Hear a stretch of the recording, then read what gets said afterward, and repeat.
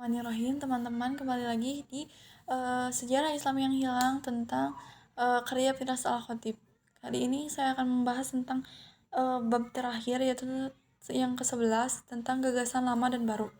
Langsung saja. Salah satu tema pokok dalam Islam adalah ketegangan dan kesempurnaan. Banyak orang meninggal keyakinan pagan dan mengikuti Nabi Muhammad karena yakin bahwa ia mendapatkan wahyu Tuhan membawa agama yang benar bagi kemanusiaan. Pendekatan Barat. Saat Barat terus mengonsolidasi di kendalinya atas wilayah-wilayah Islam, semua pihak yang ditaklukkan oleh kebijakan imperial mengingatkan kembali masa-masa awal Islam untuk mencari model yang bisa ditiru. Sebagian terlihat pada gagasan filsafat Barat untuk mencari jalan menuju kemerdekaan penentuan nasib sendiri. Kecenderungan filosofis utama yang populer di Eropa abad ke-19 dan ke-20 yaitu nasionalisme dan sekularisme. Diadopsi banyak orang dunia Islam yang berharap meniru kebangkitan Eropa untuk berkuasa di seluruh dunia. Kebangkitan gagasan politik baru ini beriringan dengan perubahan kehidupan sosial umat Islam di bawah kendali Eropa. Pada awal abad ke-20, kota-kota yang pernah menjadi pusat kehidupan sosial dan politik Islam, Kairo, Damaskus, dan Baghdad berfungsi sebagai tempat pertemuan antara ulama Islam generasi lampau dan kelompok Eropa pasca pencerahan. Turis, pegawai pemerintahan dan misionaris Eropa bercampur bebas dengan penduduk sipil Islam yang jelas-jelas tampak terpengaruh budaya Barat. Semuanya dari arsitektur hingga musik Eropa merembes ke masyarakat Arab. Pejabat tinggi Muslim yang berbusana seperti orang Barat sejak reformasi Mahmud II seabad sebelumnya kini juga bertindak dan hidup seperti orang Barat. Orkestra bergaya Eropa yang memainkan musik Barat, bioskop yang diputar film Barat, dan klub-klub dansa dibuka. Segala yang dapat ditemukan di Paris atau London bisa didapatkan juga di Kairo dan Beirut. Bahkan di rumah-rumah kehidupan pun berubah. Berbicara dalam bahasa Prancis atau Inggris dengan keluarga dianggap sebagai kelas atas. Konsumsi alkohol yang di dalam Al-Quran dan tabu secara budaya selama berabad-abad menjadi lumrah.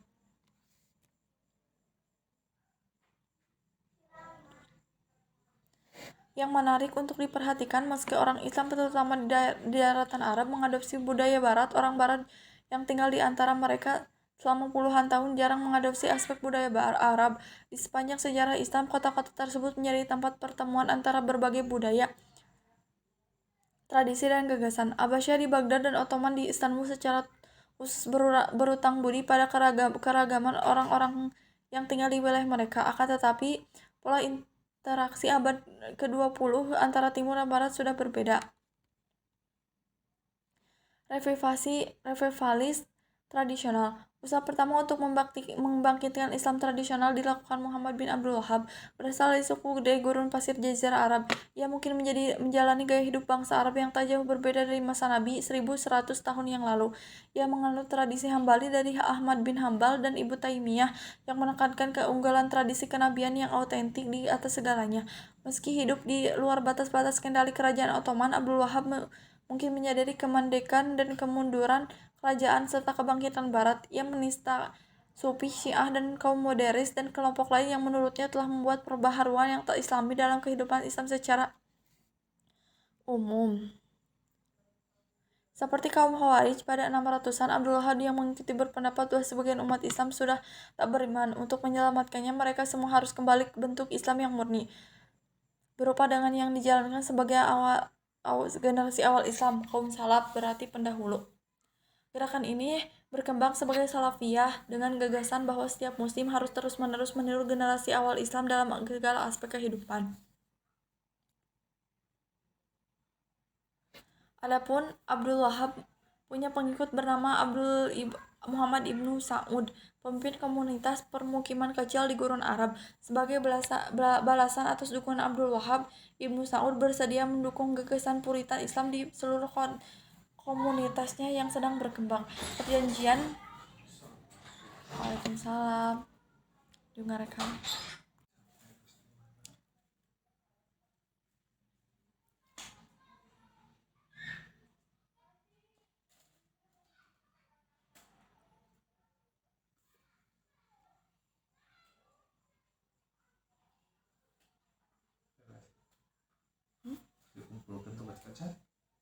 Action. Ya, sampai jam 12.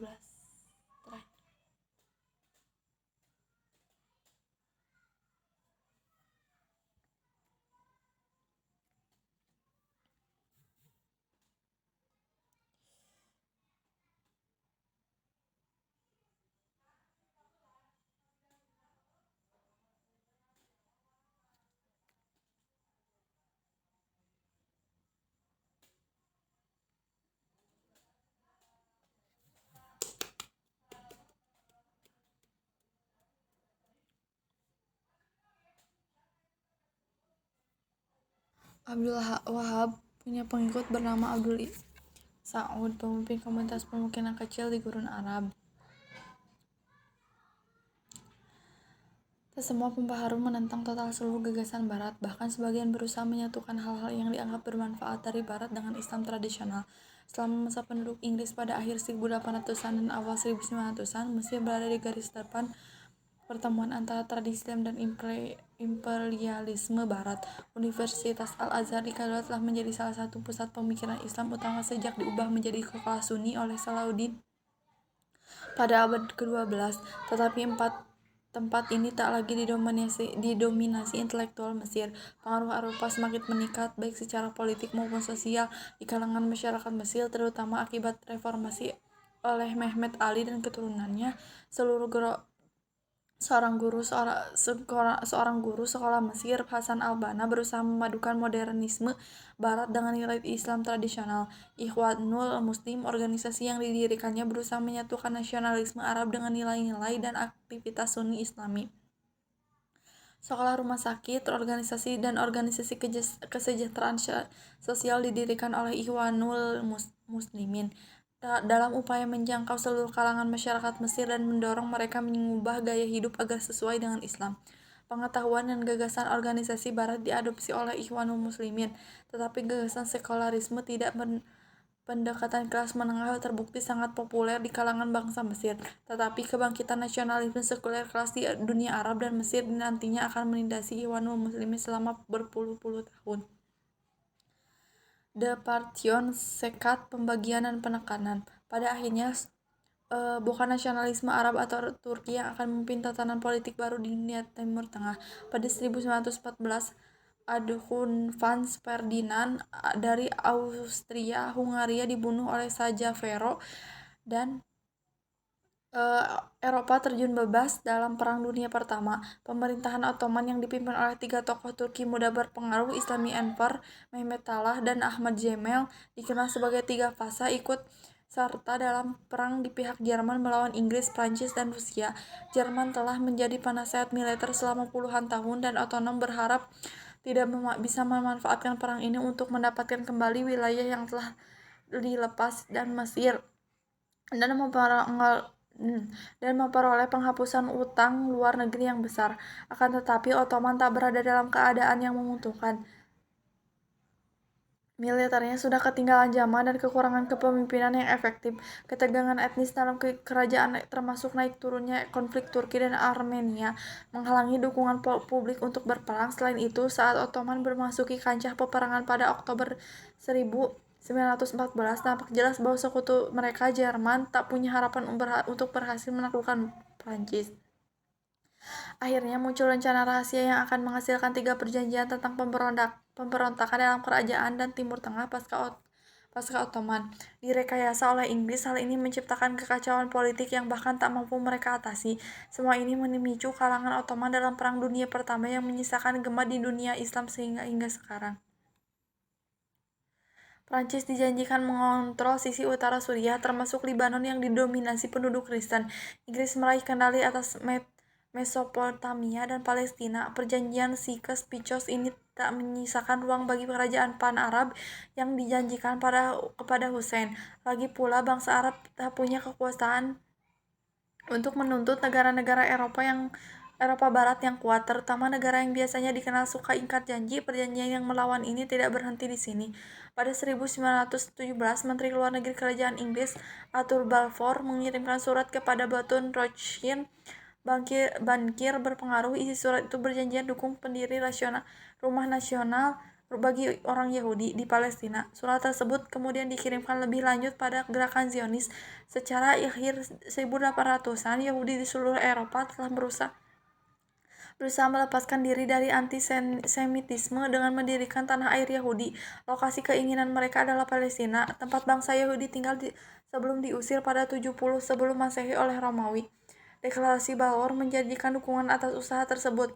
Meskipun berlawanan dengan perjanjian terdahulu yang menjanjikan wilayah yang sama bagi bangsa Arab dan Inggris itu sendiri, pada puluhan tahun berikutnya bangsa Yahudi akan menggunakan sebagian bukti legitimasi permukiman mereka di tanah tersebut yang akhirnya menjadi negara Israel. Sementara itu, bangsa Arab menolaknya sejak awal dengan menegaskan bahwa tanah tersebut telah menjanjikan kepada mereka dalam surat menyurat Inggris dengan Hussein. Permasalahan yang diciptakan Inggris akan mendominasi politik Timur Tengah sepanjang abad ke-20. Kebangkitan negara bangsa. Perang Dunia Pertama menyebabkan kematian akhir dari kontrol politik Islam. Ottoman jelas-jelas sudah dikalahkan, wilayah mereka ditaklukkan dan dijajah oleh Inggris, Prancis, Rusia, dan Italia. Bangsa Arab yang mengharapkan kerajaan sendiri dikhianati dan Eropa mengontrol kemerdekaan mereka.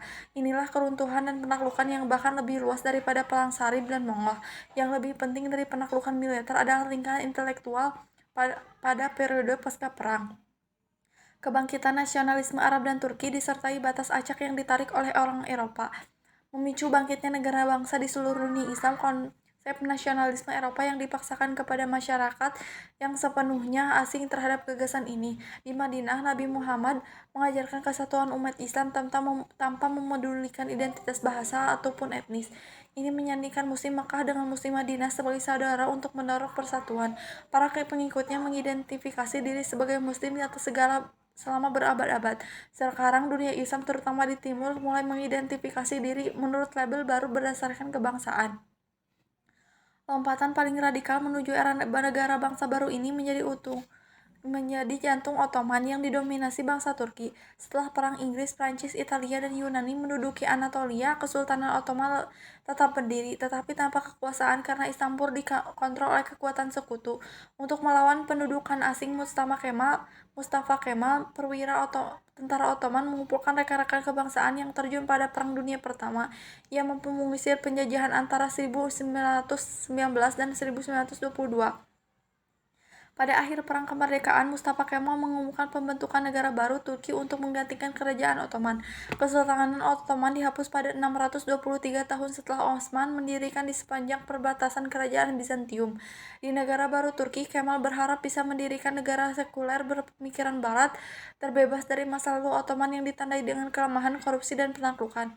Kemal sebagai pemimpin Perang Kemerdekaan, pendiri Turki mendapatkan panggilan Atatürk, yang berarti bapak-bapak bangsa Turki. Bagi dia, identitas Turki sangat penting lebih dari yang lain. Menurut dia, bangsa Turki adalah bangsa yang kuat, bahkan sebelum masuk Islam. Sebaliknya, masuk Islam pada 900-an dan pencampuran antara Turki, Arab, Persia, dan bangsa lain telah memperlemah Turki. Maka dari itu, Turki baru harus menyingkirkan masa lalu Islam yang dianggap kotor. Salah satu tindakan pertama adalah menghapuskan kekhalifahan Turki yang dipegang oleh Ottoman sejak 1517. Pada 1924 kekhalifahan berakhir. Abdul Majid II dipaksa turun oleh tahta dan diasingkan ke Eropa. Kemudian ia melarang hijab dan topik fez. Menurut komunitas Sufi, secara resmi menyatakan syariah tidak berlaku serta melarang azan diserukan dari menara masjid. Atatürk menegaskan Turki tak lagi berkaitan dengan dunia Islam. Ia juga mengadakan reformasi bahasa dengan menghapuskan penggunaan huruf Arab untuk menuliskan bahasa Turki yang sudah digunakan selama berabad-abad.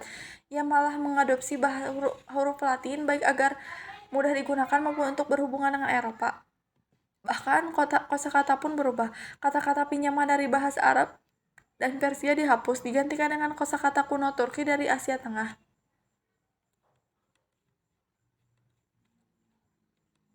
Reformasi pada 1920-an dan 1930-an benar-benar memisahkan Turki modern dengan sejarah Islamnya. Tak ada lagi orang Turki yang bisa membaca prasasti kaligrafi di masjid kerajaan kuno dan membaca buku yang diterbitkan pada era Ottoman.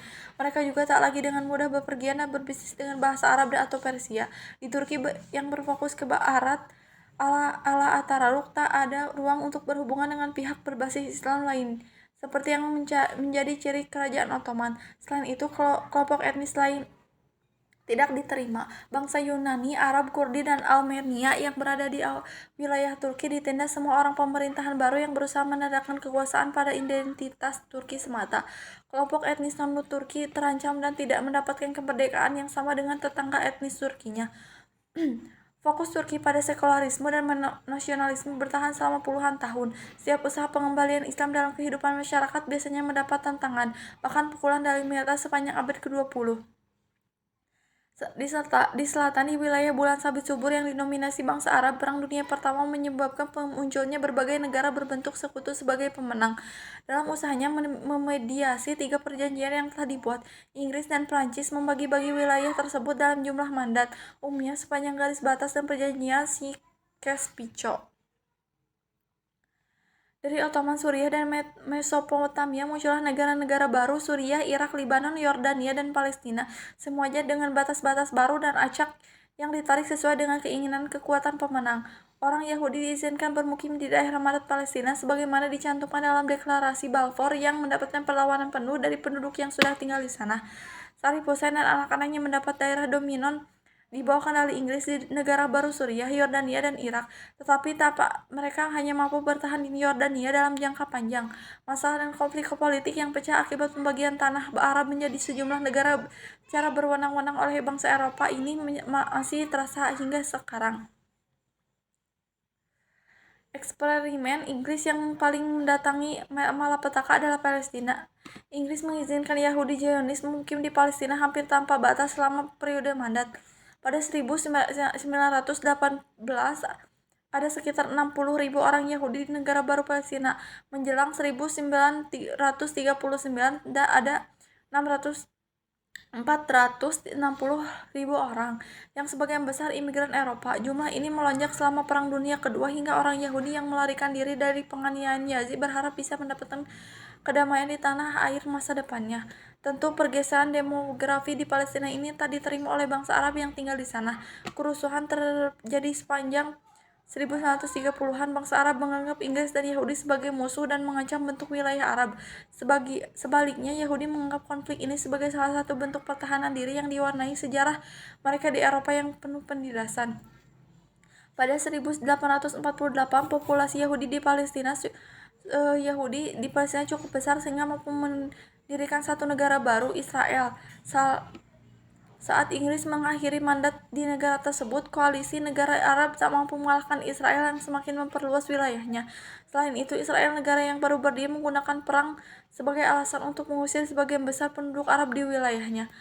Antara 1948 dan 1949, lebih dari 700.000 orang Arab, Muslim, dan Kristen dipaksa keluar dari tanah mereka dan menjadi pengungsi di Yordania, Mesir, Suriah, dan Libanon. Sebagai negara Yahudi, Israel harus menyesuaikan demografi agar mendukung mereka.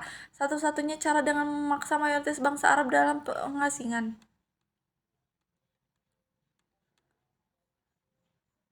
Islam dan sekularisme. Sepertinya ada titik ini, dunia Islam sekali lagi mampu mengatasi kekuatan politik yang mengancam. Sifat sejarah Islam yang berulang menunjukkan bahwa setelah periode lemah dan invasi, kekuasaan Islam yang baru dan kuat akan bangkit, mengembalikan kejayaan negara Islam lama. Setelah bangkitan negara-negara Kristen di Andalusia, Murabitun dan Muwahhidun bangkit pada abad ke-11 dan ke-12 untuk menyatukan Iberia dan Afrika Utara.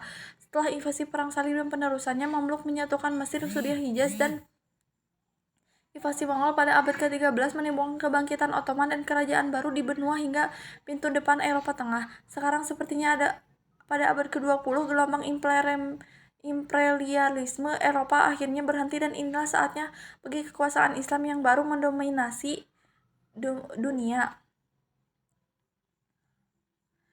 Dengan pimpinan Mesir, dunia Arab mengadopsi sosialisme dan nasionalisme sebagai sarana menciptakan negara-negara yang kuat. Meskipun pada dasarnya negara Syiah, Iran dipimpin pemerintahan sekuler yang sejalan dengan Barat pada hingga 1979, tentu saja ada pengecualian yang paling menonjol, Arab Saudi. Negara Arab Saudi berbentuk monarki absolut mirip negara suku Arab berabad yang lalu. Arab Saudi mendapatkan legitimasi kekuasaan untuk ideologi Salafi dari Muhammad bin Abdul Wahab. Tetapi secara keseluruhan, negara-negara Islam meningkatkan gagasan politik Islam dan memilih ideologi sekuler yang mempromosikan Arab Barat.